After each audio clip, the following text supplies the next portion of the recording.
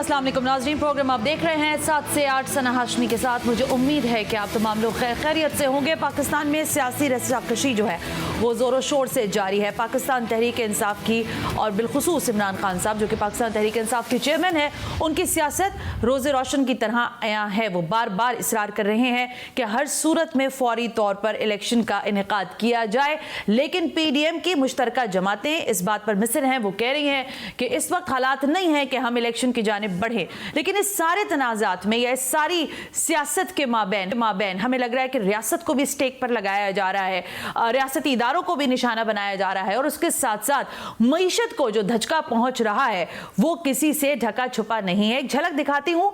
KCCI अब से दो रोज पहले मेरा ख्याल है गवर्नर स्टेट बैंक ने जो है FPCCI दोनों जगहों का दौरा किया और वहां पर ज़ाहिर ताजरों से उनकी मुलाकात भी थी। एक जरा सी झलक दिखाइएगा। साबिक सदर हैं KCCI के AQ खलील साहब इतने ज़्यादा परेशान थे ताजिर, हमारी इतलात के मुताबिक जब गवर्नर स्टेट बैंक वहाँ आए तो ताजिरों ने अपना दिल तो खोला सो खोला, लेकिन उन्होंने ये कहा कि भाई ये रखें KCCI की चाबियाँ। वो फुटेज दिखाएं जिसमें KCCI के सदर जो हैं वो चाबियाँ दे रहे हैं गवर्नर स्टेट बैंक को, ये वाली नहीं।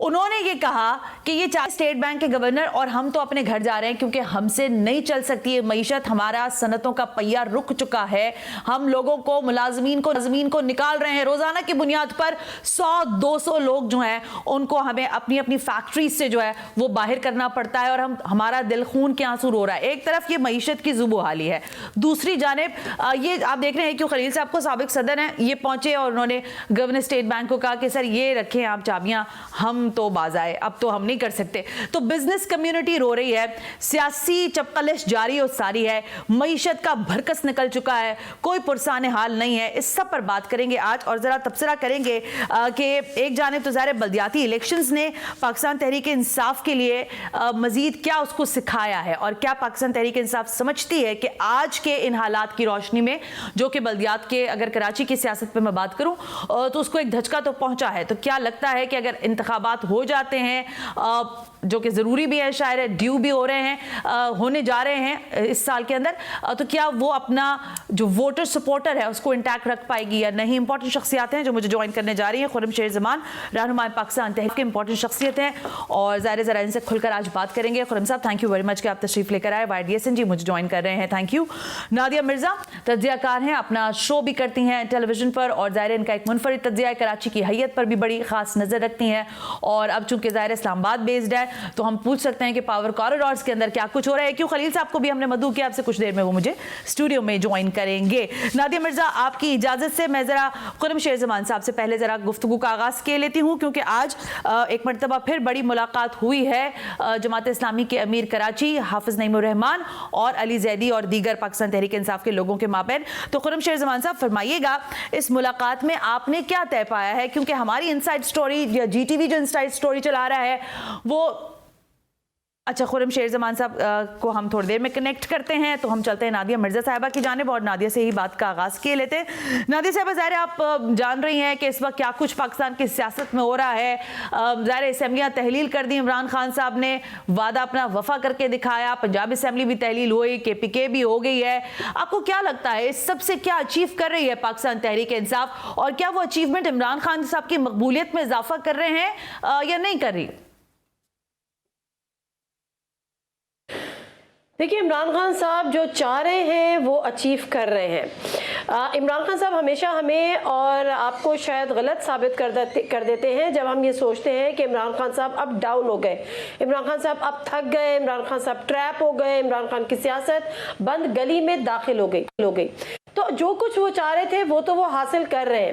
अच्छा। और बाय हुक और बाय क्रुक कर रहे हैं। अच्छा। इसमें देखिए, जिस सियासत की आप बात कर रही हैं, जिस रियासत की आप बात कर रही हैं, मैं हमेशा ये बात करती हूँ सना कि जो हमारी पॉलिटिकल एलीट है वो टोटली डिसकनेक्टेड है हमारी आवाम के साथ। तो इस वक्त आवाम के क्या मसाइल हैं, इस वक्त आवाम के क्या इशूज हैं, इस मुल्क के क्या इशूज हैं, उससे इस पॉलिटिकल एलीट का कुछ लेना देना नहीं है। हम दो ताकतों को देख रहे हैं, दो बदमस्त हाथियों को देख रहे हैं। एक कहता है कि जी हमने इलेक्शन चाहिए और हमें अगला वजीर आजम बनना है, हमें हर सूरत इलेक्शन चाहिए, और दूसरा कहता है हमने हर सूरत ये मुद्दत पूरी करनी है। अब उसमें अगर कोई दो हाथियों की लड़ाई में जो घास पिसती है वो घास हमारी अवाम है। तो जो आपने सवाल इमरान खान साहब के हवाले से पूछा था, तो इसमें तो कोई शक नहीं है कि वो जो अचीव कर रहे हैं उसके लिए वो सर धड़ की बाजी लगा चुके हैं और वो अपने तमाम कार्ड्स खेल रहे हैं, खेलने जा रहे हैं, और मेरा ख्याल है आगे आने वाले वक्तों में शायद वो मजीद इससे ज़्यादा कुछ कर लें, लेकिन ज़्यादा उनके पास कुछ बचा नहीं है।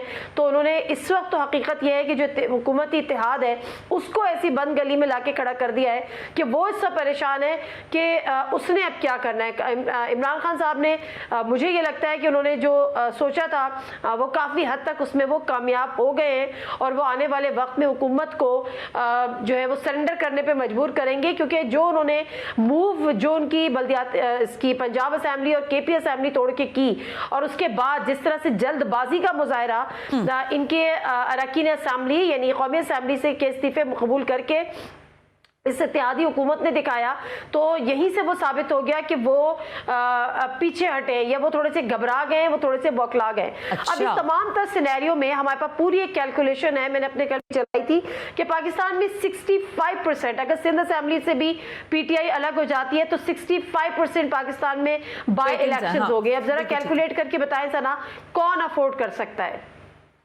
Obviously not. नादिया बिल्कुल ठीक है, आपका पॉइंट आया, मैं आपकी तरफ दोबारा आऊंगी।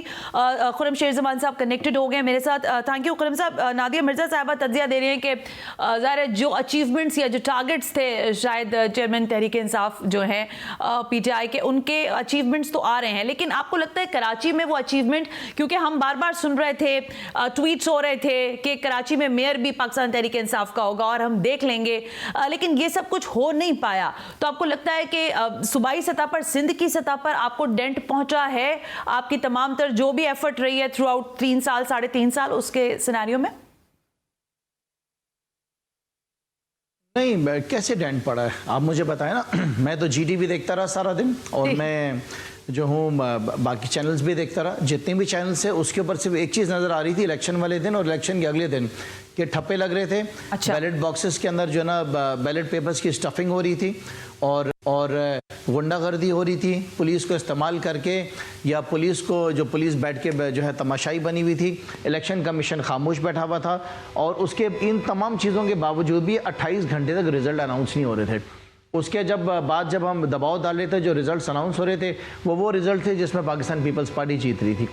तो ये जो इलेक्शंस हुए, ये तो मेरे ख्याल से मुझे कोई 15-20 साल में भी नज़र नहीं आता, ना याद पड़ता है कि इस तरह के इलेक्शन से हों। पाकिस्तान पीपल्स पार्टी ने जिस तरह अपना मेयर लेकर आने के इरादे बनाए हुए, तो आपने भी देख ली, मैंने भी देख ली, और शायद इसी तरीके से वो मेयर लेकर आना चाहते हैं। लेकिन फिर भी अभी बहुत जल्द है कोई भी बात करना।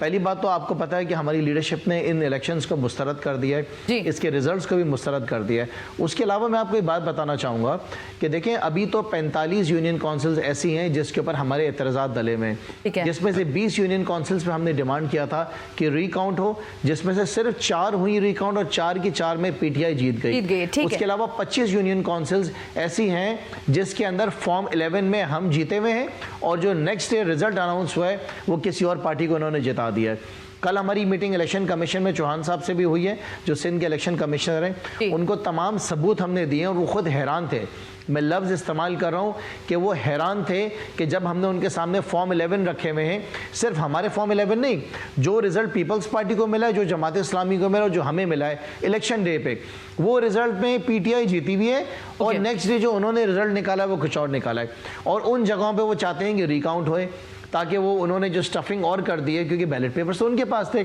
आपने देखा कि दिन भर हमारे लोग जो हैं, एक अमजद अफरीदी हमारे कारकुन हैं, उन्होंने पूरी बुक दिखाई, तीर के ऊपर ठप्पे लगे हुए। उनका आपको पता है क्या हश्र किया?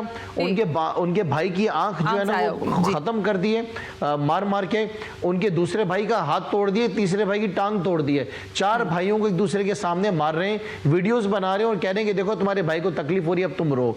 तो इस वक्त बहुत अर्ली है किसी चीज के बारे में बात करना, बिल्कुल ठीक है, किसी भी बारे में बात करना, क्योंकि अभी रिजल्ट्स फाइनलाइज नहीं हुए हैं। ये एतराज़ात मैं बस क्लोज कर रहा हूँ, वो एतराज़ात रहते हैं।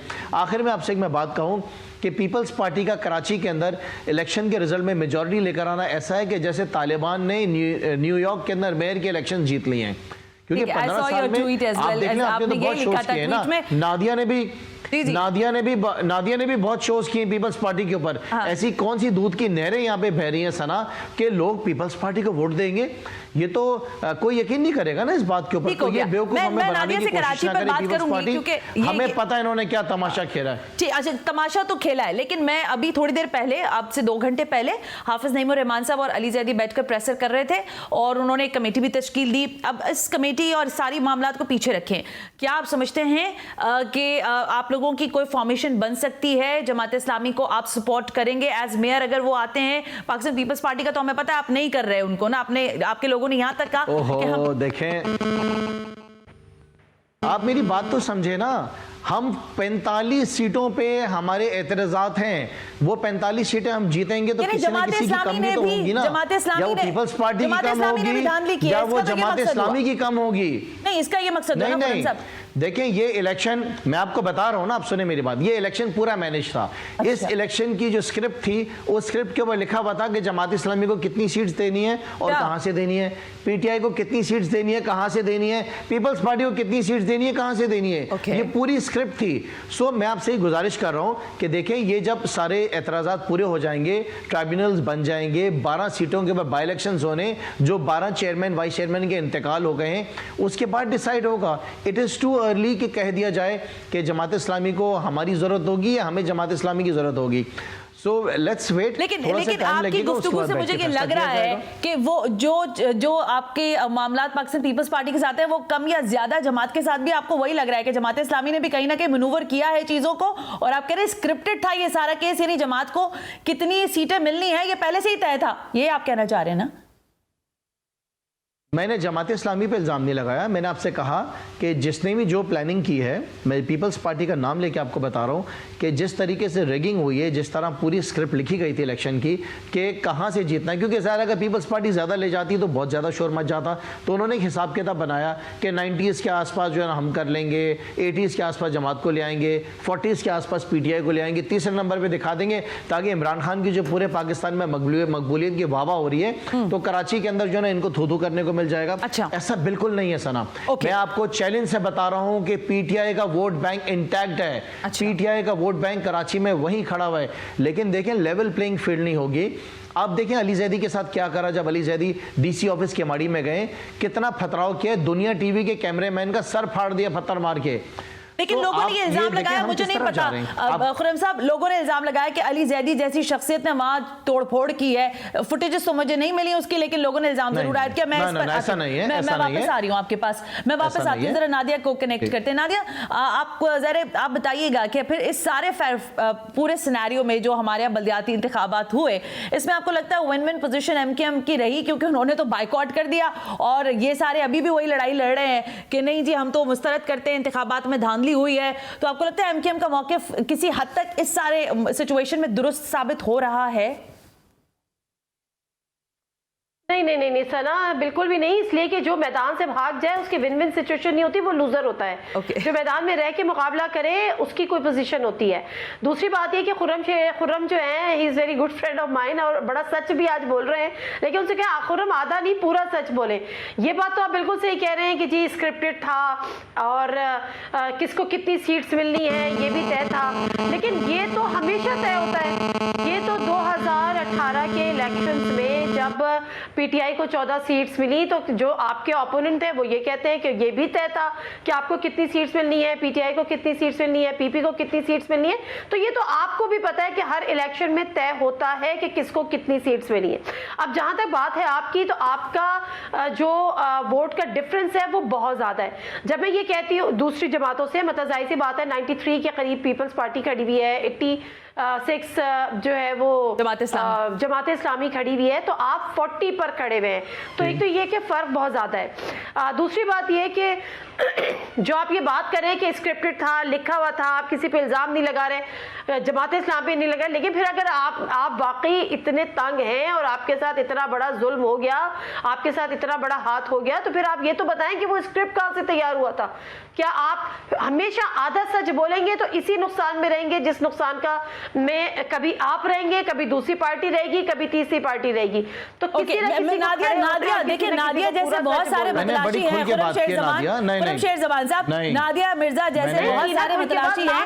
जी नादिया रुकिएगा, कि हम चाहते हैं कि पाकिस्तान तहरीक इंसाफ पूरा सच बोले, खुरमशेर जमान पूरा सच बताएं कि जी हमने भी स्क्रिप्टेड चीजें मिली थी और हमें पता फिर मिल रही है। लिखा था। हाँ, एक मिनट नादिया जवाब बताया ना मैंने आपसे कहा कि इस इलेक्शंस को पीपल्स पार्टी ने पूरा मैनेज किया था, और ये किया था इन्होंने प्रिजाइडिंग ऑफिसर्स के जरिए, जो प्रिजाइडिंग ऑफिसर्स ये तो था ना खुरम साहब, देखिए ये वाला तो था स्क्रिप्टेड। एक सेकंड मैं कंप्लीट करना, खुरम जवाब सवाल पहले सुन ले, खुरम पहले मेरा सवाल सुन लेना, एक सेकंड दीजिए मुझे। देखिए ये स्क्रिप्टेड था, पाकिस्तान पीपल्स पार्टी ने इदारों के साथ मिलकर, इलेक्शन कमीशन आप कहते हैं उनके हाथ में सारा कुछ है, उन्होंने स्क्रिप्टेड था। नादिया ये सवाल कर रही हैं कि भाई अगर 2018 में भी हमने यही सुना था कि इन सारी चीजों का सेटअप बनाकर आपको दिया गया, आपके कितने एमएनएज होंगे, कहां से होंगे, बाकियों के कितने एमएनएज होंगे और क्यों नहीं होंगे, बाकी ओपोनेंट पार्टीज चीखती रही, लेकिन बहरहाल आपको हुकूमत बनाने का मौका मिल गया था, और अब डिफरेंस आपके सामने है, 40% पर आप खड़े हुए हैं कराची में। अच्छा, सो मैं आपको जवाब देता हूं। देखिए ये जो इलेक्शंस था आपका कराची का बल्दियाती इलेक्शंस, ये पूरा प्रिजाइडिंग ऑफिसर्स के थ्रू इसको मैनेज किया गया था। हम दो चीज़ें बोलते रहे। पहली चीज़ हमारी डिमांड थी कि आर्मी और रेंजर्स को पोलिंग स्टेशन के अंदर और बाहर खड़ा किया जाए। GHQ ने उसको रिफ्यूज़ कर दिया, जिस पर हमें बड़ा अफसोस है, क्योंकि हमें पता था ये होगा। दूसरी चीज़ हमने कही थी कि जो सूबाई जो हैं वो प्रिजाइडिंग ऑफिसर्स नहीं होने चाहिए, वफाकी इदारों के लोगों को जो है यहाँ पर खड़ा करना चाहिए। अब ये इन्होंने सारे लोगों को लगाया एजुकेशन डिपार्टमेंट के, और यहाँ पे बैठ कर उन्होंने उनके साथ सारी मैनेजमेंट की। सो ये इलेक्शन जब मुझसे नादिया पूछती है कि किसने मैनेज किया, तो इलेक्शंस पीपल्स पार्टी ने मैनेज किए, और ये तो उन्होंने मैसेज दिया, इमरान खान को भी मैसेज दिया बेसिकली उन्होंने, कि अब जो जनरल इलेक्शंस आएंगे हम उनको इसी तरीके से लड़ेंगे। क्योंकि देखें इमरान खान एक बात पे लड़ते रहे, उठाते रहे कि इलेक्ट्रॉनिक वोटिंग मशीन्स के जरिए इलेक्शंस होने चाहिए अगर धांधली से आपने बचना है। रही बात आपने 2018 के इलेक्शंस की बात की, देखें ये तो सिर्फ एक कराची का इलेक्शंस था, और पूरा सोशल मीडिया जो है आपका वीडियो से भरा हुआ है। वो वीडियोस हमने नहीं बनाई, आम आवाम वीडियो बना के कर रही है। 2018 के इलेक्शंस में फॉर योर काइंड इन्फॉर्मेशन, जो सीटें हमें नहीं मिल सकी कराची में, वो भी हमसे छीनी गई थी। वो इलेक्शन भी मैनेज हुआ था, क्योंकि वो सीटों में भी हमारे लोग जीते थे।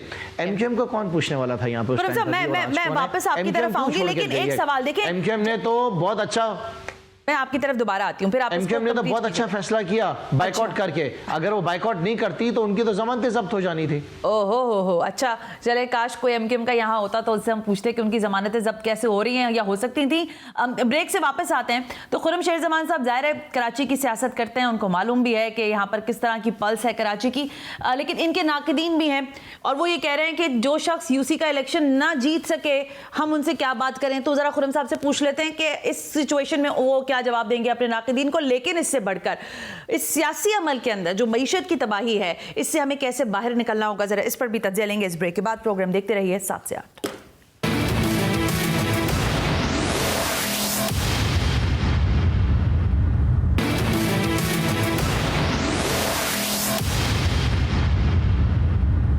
वेलकम बैक नाज़रीन, हम ब्रेक पर थे। मेरे साथ मौजूद हैं खुरमशेर ज़मान, नादिया मिर्ज़ा, और इस वक्त मुझे स्टूडियो में ज्वाइन कर चुके हैं AQ खलील, साबिक सदर KC से आए हैं, जनरल सेक्रेटरी हैं बिजनेसमैन ग्रुप के। सर आपको वेलकम करती हूँ, बहुत बहुत शुक्रिया। मैं खुरमशेर ज़मान और नादिया की तरफ जाती हूँ, लेकिन AQ खलील साहब हम बात करना चाह रहे थे अब मईशत की। तो ज़ाहिर है अभी हमने पिछले दिनों देखा कि KCSI के अंदर जब गवर्नर स्टेट बैंक आए तो वहाँ पर ज़ाहिर ताजरों ने तो बहुत रोना धोना किया, उन्होंने बताया कि हमारी तो बहुत बुरे हालात हैं, लेकिन हमारी इत्तलात ये हैं कि सनतों के पहिए भी चल रहे हैं, बड़े बड़े जो लोग हैं उनकी LCs भी उनको मिल रही हैं, क्लियरेंस भी हो रही है, सारा कुछ हो रहा है। फिर ये चाबियां आपने जो देने की कोशिश की थी गवर्नर स्टेट बैंक को, इसके पीछे क्या माजरा था और क्या वाकई हकायक ज्यादा तल्ख हैं? देखिए जी, बात असल में ये है कि स्टेट बैंक के गवर्नर से कोई ज़ाती मेरी अल्लाह ना करे कोई प्रॉब्लम मुझे नहीं है। मसला इस वक्त ये है कि हमारे यहाँ जो इस वक्त डॉलर का बहरान है, जो उसकी वजह से जो रेट आप देख रही हैं मार्केट में फ्लोट नहीं हुआ डॉलर, और 3 रेट चल रहे हैं, एक इंटरबैंक, एक ओपन मार्केट और तीसरा जो ग्रे मार्केट रेट है। और बैंकों को स्टेट बैंक ने कहा कि जी आप LCs वगैरह का देखें सिलसिला, और कुछ इख्तियारात उनको नहीं दिए। अब उनके जो फंड्स हैं जो उनके पास हैं वो बड़े महदूद हैं। इस वक्त सूरत हाल ये है कि 11,100 LCs पेंडिंग है, और 11,100 LCs को खोलने के लिए इनको तकरीबन 4 साढ़े 4 अरब रुपए चाहिए। और स्टेट बैंक के पास अभी कोई बातचीत के IMF के साथ जब तक फाइनल कोई प्रोग्राम ना हो, ये इंडिकेशन भी नहीं दे सकते। यही वजह है कि स्टेट बैंक और दीगर बैंक जो हैं वो DA की LCs जो होती हैं कि 120 दिन बाद दे देना या 350 दिन 65 दिन बाद दे देना, वो भी एक्सेप्ट नहीं कर रहे, क्योंकि शायद उनको भी इस बात का अंदाज़ा है कि क्या पता क्या सूरत हाल हो, हम किसी के बिहाफ पे हम कैसे वादा कर लें। तीसरी बात जो आपने कही कि जी बड़े बड़े लोगों के काम हो रहे हैं, LC खुल रही हैं, तो ऐसी बात नहीं है, हो रहे थे। अच्छा। और अब ये है कि 5700 कंटेनर जो हैं पोर्ट्स पर स्टक अप हैं।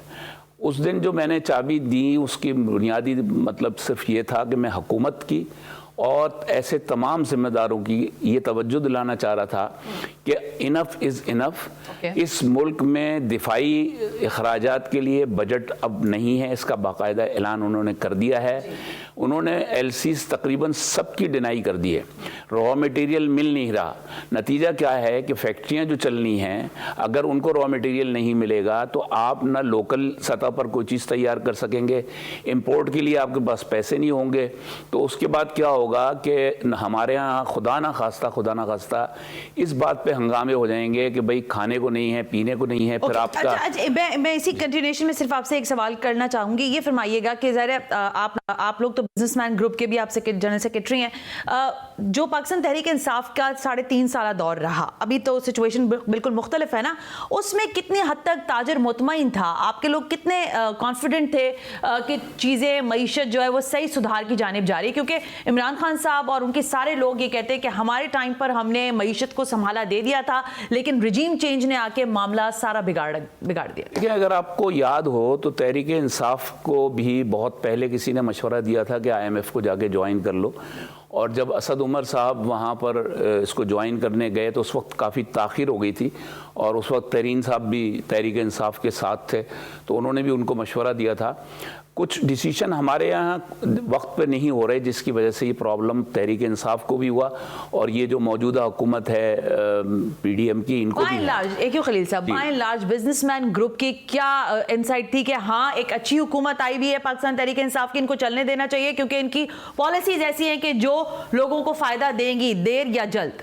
देखिए, पाकिस्तान तहरीक इंसाफ से जो लोगों को उम्मीदें थीं या जो उनका विजन था, उससे लोग बहुत ज़्यादा मुतासिर थे और आज भी हैं। ऐसी बात नहीं है, लेकिन इनको देखना, ये अप्रैल से पहले की अगर आप देखें हालात, तो उस वक्त भी कमोबेश जो आज PDM को सूरत हाल है वो इनको भी दरपेश थी। महंगाई उस ज़माने में भी हो गई थी, ठीक है, लेकिन उस वक्त थोड़ा सा हमारे पास स्पेस था। अब स्पेस ये है कि 1 करोड़ 10 लाख के डॉलर जो तय करके गए मिफ्ता साहब अभी तक नहीं आ रहे। आप फिर अब उनके मुतालबात आ गए, आपको तो छोड़ देना, मिफ्ता साहब की तो मैं कह रहा हूँ कि वो अगर पैसे भी आ जाते तो शायद वही सूरत हाल ना होती। अब सारी सूरत हाल ये है कि अब जब तक IMF के प्रोग्राम में आप नहीं जाते, डॉलर को, और IMF अभी आपको प्रोग्राम में जब तक ऑन बोर्ड नहीं लेगा, जब तक कि आप उसकी सारी शराइत को पूरा नहीं करते। नादिया मिर्जा साहिबा, कीमत है, बिल्कुल ठीक है। नादिया मिर्जा साहिबा, मईशत की जुबूहाली, AQ खलील जैसे और बहुत सारे लोग हैं जो ज़ाहिर परेशान होते हैं मईशत को देखकर, आप भी होती हैं अपने प्रोग्राम्स में, फरमाइएगा इसका हल आपको क्या दिख रहा है? क्या चार्टर ऑफ डेमोक्रेसी ही करना पड़ेगा? जो मईशत के मामले पर मीसाक मईशत जो इसको कहा जा रहा है वो करना बहुत अहम हो गया है मौजूदा हालात के अंदर, या फिर ये जो सिचुएशन चल रही है इसको ऐसे ही चलने दिया जाए? ना ये सिचुएशन जिस तरह से चल रही है वो चली जा सकती है, उसको चलने दिया जा सकता है। और जो आप मिसाक़े मईशत की बात करिए, चार्टर ऑफ इकोनॉमी, उसका टाइम गुजर चुका है। इमरान खान साहब कहते हैं कि जी इलेक्शन इसका वाहिद हल है, तो मुझे ये कोई समझा दे। दूसरी तरफ कहते हैं कि IMF में जाए बगैर हम 4 महीने लेट हो चुके हैं IMF को जाए बगैर। इसहाक डार साहब तड़ियाँ लगा रहे थे IMF को कि जी मैं इनको देख लूँगा और मैं इनको समझ लूँगा और ये अब नॉर्मल बिहेव कर रहे हैं, और अब वहाँ पर जाएंगे और वो नाक की लकीरें उनसे लगवाएंगे। तो 4 महीने हम लेट हो चुके हैं, हमारे पास इतना टाइम नहीं है, हमारे पास डॉलर्स नहीं है, जिस तरह से अभी AQ खलील साहब कह रहे हैं, ये सूरत हाल। और फिर मैं जो आपसे बात कर रही थी ना कि जो पॉलिटिकल एलीट है वो टोटली डिसकनेक्टेड है पाकिस्तान की आवाम के साथ, पाकिस्तान की इस तरह देखा जाए तो वो बिजनेस कम्युनिटी के साथ भी। अब मसला यहाँ पर यह है कि यहाँ पर वो ये बेसिकली जो असल इशू है वो है पॉलिटिकल स्टेबिलिटी। आपके पास अनसर्टेनिटी इतनी है, दुनिया को पता है कि इमरान खान साहब ने मुल्क में एक पॉलिटिकल क्योस क्रिएट किया हुआ है इस चीज को लेकर कि जी इलेक्शन हो, मुल्क हो, हम होंगे तो मुल्क होगा, हम नहीं होंगे तो ये मुल्क नहीं चलेगा। नादिया, मेरे पास टाइम बिल्कुल कम रह गया, इसलिए मैं फौरन खुर्रम शेर जमान से एक इनपुट ले लूं क्योंकि मुझे ये सेगमेंट वाइंड अप करना है। खुर्रम साहब, अगर मीसाक मईशत होता है तो पाकिस्तान तहरीक इंसाफ अपनी सियासत को पसे पुश डालकर इस मीसाक मईशत का हिस्सा बनेगी, या आपकी वही सियासत और वही तरीक़ाकार जो हम देखते आ रहे हैं पिछले कई सालों से वो चलता रहेगा? मीसाक मईशत किन के साथ करेंगे आप? इन नलायकों के साथ करेंगे? ये 13 सियासी जमातों का जो अचार है जो कि सब मिलकर भी नाकाम हो गए, आप इनके साथ जो है किसी किस्म का पैक करेंगी? देखिए प्लीज़ इस बात को समझ जाएं, आपको ये 9 महीने में अंदाज़ा हो गया होगा कि ये 9 महीने में पीडीएम ने जो है दिया क्या है मुल्क को। मुल्क की मईशत को तबाह कर दिया है, स्टॉक एक्सचेंज पर ताले लगवा दिए, एक्सपोर्ट्स का खात्मा कर दिया है, ओवरसीज़ की जो रेमिटेंस आ रही थी वो भी लोगों ने भेजनी बंद कर दी है, कारोबार तकरीबन ख़त्म हो गए। एफपीसीसीआई की मीटिंग के अंदर स्टेट बैंक के गवर्नर के साथ क्या हुआ वो तो आप समझेंगे, पूरी स्टोरी आपके सामने आ गई। लिहाजा देखें ये इनकॉम्पिटेंट लोग हैं, इनके अंदर एक काबिलियत नहीं है कि बैठा जा सके। दुनिया में कोई फ्रेंडली जमातों के साथ होगा तो पाकिस्तान तहरीक इंसाफ तो उसका हिस्सा नहीं बनेगी। It's clear Khurram, right? नहीं, ये केपेबल नहीं है ना, आप इनके साथ कैसे काम करेंगे? ठीक हो गया। देखिए इनका क्या मकसद था, मैं क्लोज कर रहा हूं, जरा से मेरी बात सुन लें। इनका जो मकसद थे वो 3 मकसद थे: 1100 अरब रुपए के नेट का खात्मा, ओवरसीज की वोटिंग का खात्मा, ईवीएम मशीन का खात्मा। ठीक हो गया खुर्रम शेर Zaman, I am really sorry, मुझे ब्रेक पे जाना है, but thank you very much Khurram शेर जमान, नादिया मिर्जा, AQ खलील साहब के आपने सेगमेंट में हमें ज्वाइन किया, बहुत बहुत शुक्रिया। एक ब्रेक ले रहे हैं, ब्रेक से वापस आएंगे तो लाहौर के एक निजी स्कूल में जो कुछ हुआ है इसके पसे पुश्त क्या हालात और वाकयात हैं इस पर बात करेंगे इस ब्रेक के बाद।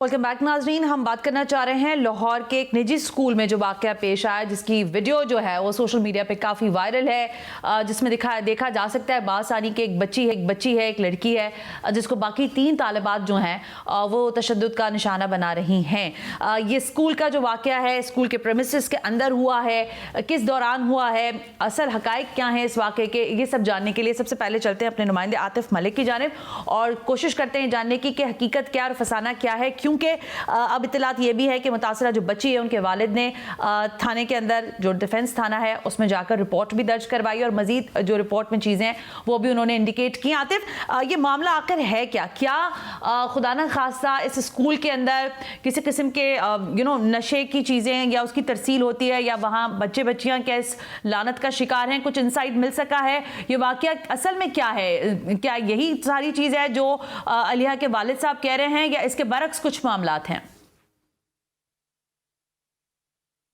जी बिल्कुल जी, ऐसा ना, ये इंटरनेशनल स्कूल है, स्कार्स इंटरनेशनल स्कूल है, ये डिफेंस के बड़े पॉश इलाके में ये स्कूल वाक़या है। यहाँ पे अगर बात कीजिए तो ये बड़ा हाई स्टैंडर्ड इसको कहा जाता है, और बच्चों के वालिदैन जो है वो अपने बच्चों को यहाँ पे आला तालीम हासिल करने के लिए भिजवाते हैं। ये एक अफसोसनाक वाक़या पेश आया और गुज़श्ता रोज़ एक वीडियो भी वायरल हुई और वीडियो तमाम हमने अपने चैनल पर नशर भी की, और आज एक दूसरी वीडियो भी हमने दिखाई कि ये जो 4 बच्चियाँ हैं जिनमें कायनात मलिक है, जन्नत मलिक है, नूरुर रहमान है और एक बच्ची अमायमा, ये एक अलिया बच्ची को है वहाँ पे उसको टारगेट करती हैं और उसको बड़ा शदीद तशद्दुद का निशाना बनाती हैं। और इस बच्ची का जो वालिद है वो उसने जब थाने में दरख्वास्त दी तो दरख्वास्त उसने दी थी 16 तारीख को। 19 तारीख को जो ये मुकदमा दर्ज हुआ है, हमने जब पुलिस इस वाक़या की हक़ाइक़ पता किए तो पुलिस का कहना है कि जो अलिया जो है उसके वालिद ने कुछ रोज़ कबल जो है वो जन्नत के वालिद को एक वीडियो सेंड की थी कि जो जन्नत है वो स्कूल में नशा आवर मंशियात जो है वो ड्रग्स का बेदरेग इस्तेमाल कर रही है और वो दूसरी लड़कियों को भी इस तरफ माइल करना चाहती है। उनका तो मौक़िफ़ ये है, और उसके बाद उनका ये भी कहना था कि जो FIR में उन्होंने बयानी लिखा है कि आतिफ एक मिनट रुके, ये तो वो स्टोरी है ना जो ज़ाहिर रिपोर्ट में दर्ज होगा, FIR के अंदर होगा, आपको पुलिस ने बताया होगा, या अलिया के वालिद साहब ये कह रहे हैं। हम ये जानना चाहते हैं आपकी स्टोरी क्या कहती है इस स्कूल के हवाले से? क्या आपके पास इत्तलात आई हैं? क्या खुदा न खास्ता यहाँ पर ये अमल होता है, वहाँ पर बच्चियाँ इस लानत का शिकार हैं? मैंने आगाज में यही पूछा आपसे, आपके पास क्या इंसाइट है इसकी? देखिए जी मेरे पास इनसाइड स्टोरी ये है कि ये बेसिकली जो जन्नत बची है और ये जो लड़की है अलीहा, इनका एक म्यूचुअल फ्रेंड था। उस म्यूचुअल फ्रेंड से इनका झगड़ा स्टार्ट हुआ, लेकिन ये बात भी दुरुस्त है कि अंदर इस स्कूल में नशे का भी इस्तेमाल होता है। और आज हमारी जब उसके थाने में इंचार्ज से बात हुई है तो इंचार्ज ने भी यही कहा कि उसके वालिद ने 7 और लड़कों को भी नामजद कर दिया है। 7 लड़कों को नामजद किया गया, 4 लड़कियां नामजद हैं, 7 लड़के आज मजीद नामजद हो गए और स्कूल के प्रिंसिपल को भी नामजद किया गया है। अब वालिद का ये कहना है कि नशा तो वो इस्तेमाल करती है जन्नत, लेकिन जो हमारी स्टोरी है वो एक जो इनका म्यूचुअल फ्रेंड था उसका ये कहना था कि ये लड़का मुझसे दोस्ती करे और दूसरी लड़की कहना था मुझसे दोस्ती करे। आज जराये ने हमें ये भी बताया कि नशा तो इस्तेमाल होता ही होता है, लेकिन जो वहाँ पे मौजूद लड़के थे, ये इतनी आम सी बात हो गई है, स्कूल के प्रेमिसेस में नशा इस्तेमाल हो रहा है। मैं आपको इस डिफेंस पॉश एरिया की एक आपको पुराना वाकया बताता हूँ कि आज से तकरीबन 2 साल कबल लम्स यहाँ पे एक निजी यूनिवर्सिटी है, वहाँ पर नशे का बेदरेग इस्तेमाल हो रहा था और 4 बच्चों की अमवात हो गई थी। उन्होंने आतिफ, आई एम सॉरी मैं इंटरप्ट कर रही हूं, मुझे वाइंड अप करने का कहा जा रहा है, लेकिन ये एक ऐसी स्टोरी है जिसका हमने पीछा नहीं छोड़ना है। और सबको पता है कि माशरे में नशे की लानत जो है वो सर उठा चुकी है, लेकिन स्कूल्स, कॉलेजेस और यूनिवर्सिटीज भी अब इससे पीछे नहीं है, इसमें आगे आगे हैं। बच्चे बच्चियां कहां तक पहुंच गए हैं इस पर इंशाल्लाह आइंदा किसी रोज प्रोग्राम करेंगे भरपूर। आज के प्रोग्राम से सना हाशमी को इजाजत दीजिए, अल्लाह हाफिज।